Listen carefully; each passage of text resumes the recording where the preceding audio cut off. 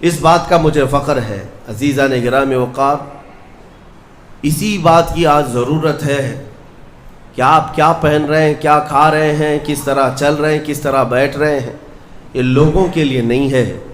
ہماری زندگی کے طور طریقے جو کچھ بھی ہونے چاہیے وہ اللہ اور اس کے رسول کے لیے۔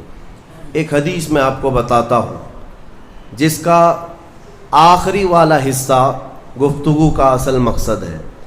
ایک بار رسول پاک صلی اللہ تعالیٰ علیہ وسلم مجلس میں بیٹھے ہیں صحابہ کے، ایک اجنبی شخص آیا، مجلس میں آیا، آ کر کے سیدھے حضور پاک صلی اللہ علیہ وسلم کے قریب بیٹھ گیا، اتنا قریب کہ اپنے گھٹنے حضور کے گھٹنے سے لگا لیا، قریب سے قریب ہو کر بیٹھا۔ صحابہ اکرام اور بھی مجلس میں تھے، سب دیکھ رہے تھے، اور وہ اجنبی جو شخص آیا تھا اس کو کوئی بھی پہچانتا نہیں تھا۔ اس نے آتے ہی سوالات کرنا شروع کیا۔ سب سے پہلے اس نے پوچھا مل ایمان، ایمان کسے کہتے ہیں؟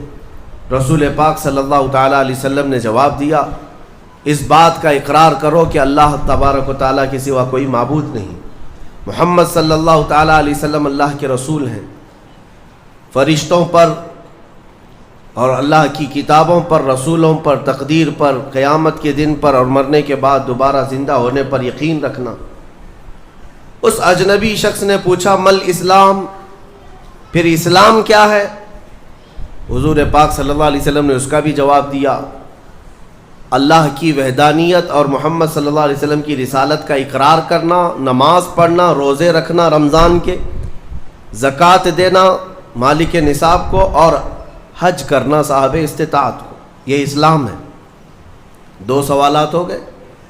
تیسری مرتبہ اس نے سوال کیا مل احسان، احسان کیا چیز ہے؟ احسان نیکی کو کہتے ہیں، احسان یہی پورا تصوف ہے جس کو لے کر آج صوفیہ اکرام چلتے ہیں۔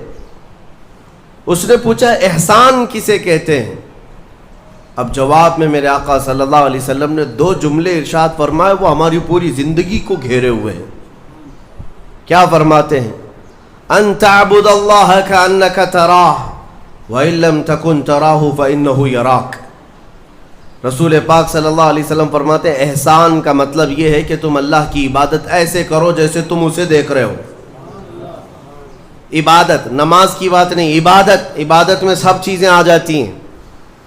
روزہ بھی عبادت ہے، زکوٰۃ بھی عبادت ہے، حج بھی عبادت ہے، خیرات بھی عبادت ہے، نماز بھی اس کا ایک حصہ ہے۔